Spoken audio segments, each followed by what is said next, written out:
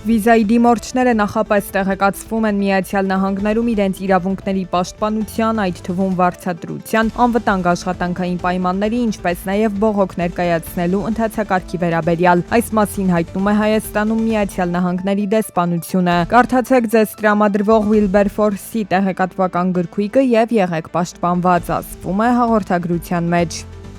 Bloomberg միջազգային հեղինակավոր պարբերականն անդրադարձել է Հայաստանում արհեստական բանականության տվյալների կենտրոնի ստեղծման ծրագրին եւ դրա շրջանակում կնքված սինդիկացված վարկային համաձայնագրին։ Հոդվածում նշվում է, որ Firebird AI նախագիծը մշակվում է տեխնոլոգիական հսկաների Nvidia եւ Dell Technologies ընկերությունների հետ համագործակցությամբ։ Այն իրականացվում է Հայաստանի Հանրապետության կառավարության աջակցությամբ, նպատակ ունենալով զարգացնել Հայաստանում արհեստական բանականության ժամանակակից ենթակառուցվածքները։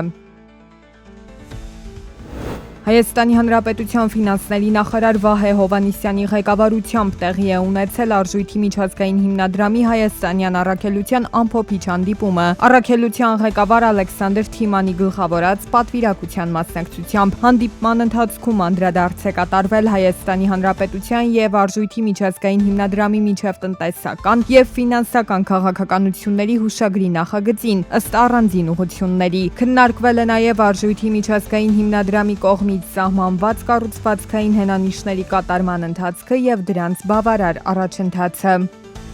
Հայաստանը վերջին 3 տարում արտահանել է մոտ 88 միլիոն 131 հազար 400 լիտր ջուր։ Այս մասին հայտնում են էկոնոմիկայի նախարարությունից։ Հայաստանն արտահանում է բնական կամ արհեստական հանքային գազավորված չքաղցրացրած խմելու ջրեր։ 2025 թվականին խմելու ջուր է արտահանվել 29 երկիր։ Ըստ էկոնոմիկայի նախարարության պետական աջակցությունն ու արտադրանքը արտերկրում առաջ մղելու ակտիվ քաղաքականությունը թույլ են տալիս աստիճանաբար ընդլայնել արտահանման աշխարհագրությունը եւ ավելացնել խմելու ջրի մատակարարման ծավալները։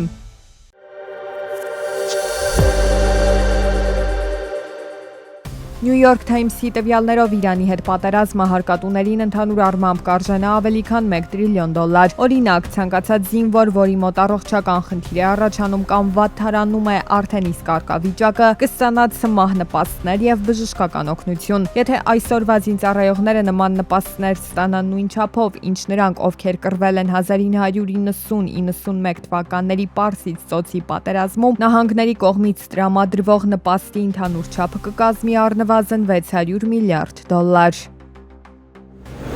Մայրցիոտնյակի երկրների ֆինանսների եւ էներգետիկայի նախարարների, ինչպես նաեւ կենտրոնական բանկերի ղեկավարների առցանց հանդիպումը կարող է ավարտվել առանց ընդհանուր դիրքորոշման Իրանի շուրջ հակամարտությամբ պայմանավորված էներգետիկ ճգնաժամի հարցում։ Այս մասին հաղորդում է Պոլիտիկոն, հղում անելով դիվանագիտական աղբյուրի։ Եվրոպայում էներգետիկ ճնշումները շարունակում են աճել գների բարձրացման պայմաններում։ Համակարգված արձագանքի բացակայությունը ստիպում է առանձին երկրներին կիրառել ազգային մակարդակի միջոցառումներ, փորձելով մեղմել ազդեցությունը տնտեսության վրա։ Թուրքիան, Եգիպտոսը եւ Սաուդյան Արաբիան դիտարկում են Հորմուզի նեղուցով նավթամթերքի փոխադրման կառավարման կոնսորցիում ստեղծելու հնարավորությունը։ Այս մասին հաղորդում է Reuters-ը։ Հարցը քննարկվել է համապատասխանաբար ամերիկյան եւ իրանական պատվիրակությունների հետ։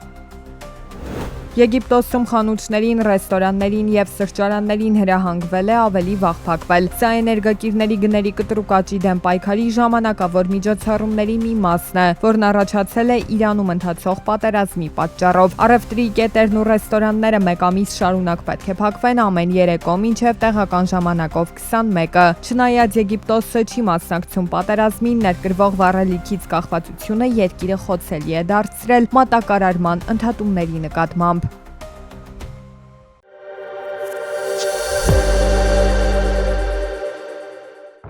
Ինչպես է ստացվում, որ հաճախ նույն հասցեում հաշվառվում են մարդիկ, ովքեր անգամ չեն ճանաչում իրար, փաստացի չեն բնակվում նույն հասցեում։ Մանավանդ նախընտրական շրջանում նման ահազանգերն ավելացել են, տարբեր մեկնաբանությունները շատացել։ Ներքին գործերի նախարարությունից պարզաբանում են, հայտնի դարձած բոլոր դեպքերն իրավաչափ են, աղմուկի կարիք չկա։ Բնակարանը վաճառվում է տարիների ընթացքում, տասնյակ տարիների ընթացքում 2005 թվականից ի վեր մի քանի անգամ։ Եվ միշտ չէ, որ գնորդը կամ վաճառողը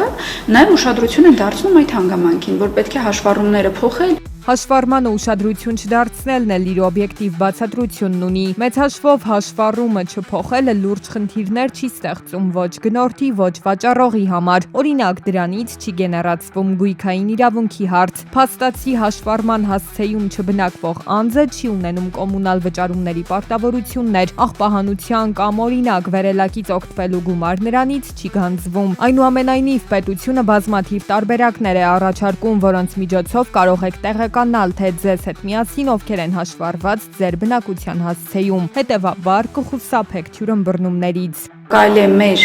էլեկտրոնային փոստին MCS շնիկ.gov.am-ին ուղղակի մի ստորագրված դիմում ուղարկել, կարելի է մոտենալ տարածքային ստորաբաժանում, e-request հայտնի հարթակը կա, որ ցանկացած պետական մարմնի հետ շփման հարթակ է հանդիսանում եւ փայլուն աշխատում է, այդ տարբերակով կարող է դիմել, ստուգելու համար կա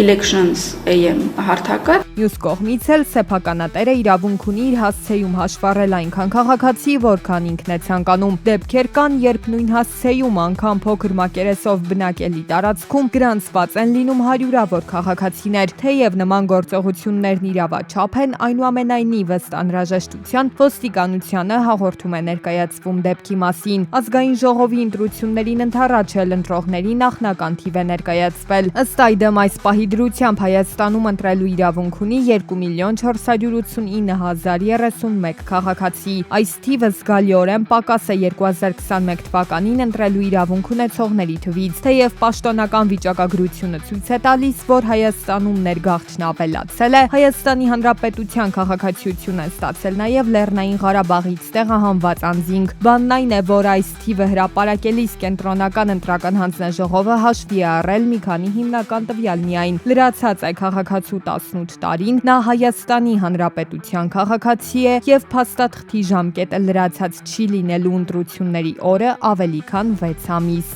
Տարբերության պատճառն այն է, որ 21 թվի հաշվարկի ժամանակ անկախ նրանից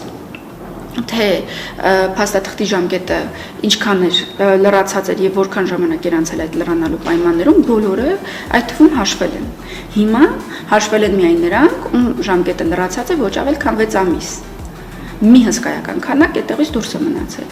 Այս թիվը ակնհայտորեն կփոխվի արդեն, երբ որ մենք նախնական ցուցակները հրապարակենք, դա ընտրություններից 41 օր առաջ ենք հրապարակելու։ Նախնական ցուցակների հրապարակումից հետո 40 օր քաղաքացիները հնարավորություն կունենան լուծելու այն բոլոր հարցերը, որոնք այս կամ այն կերպ կխոչընդոտեն մասնակցել ընտրական գործընթացին։ Այսինքն, եթե լրացել է ձեր անձնագրի ժամկետը, պետք է դիմեք նոր անձնագիր ստանալու համար։ Եթե հաշվառման հետ կապված անճշտություններ կան, պետք է հասցնել լուծել դրանք մինչև հունիսի 7-ը։